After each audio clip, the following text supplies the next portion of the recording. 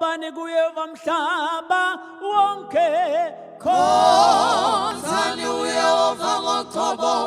lize busweni bakhe ngendanduluko zovuyo yazini ukuba uYehova uThixo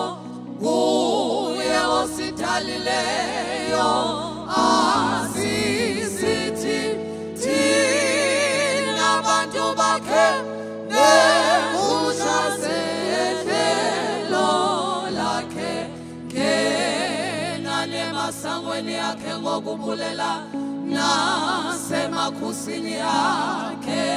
ngendumiso ibani nokubulela kuye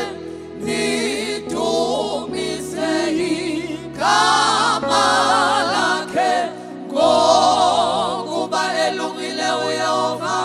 ububele bakhe bungunaphakade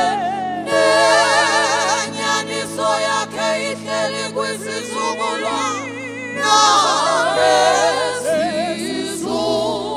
ngezizukulwana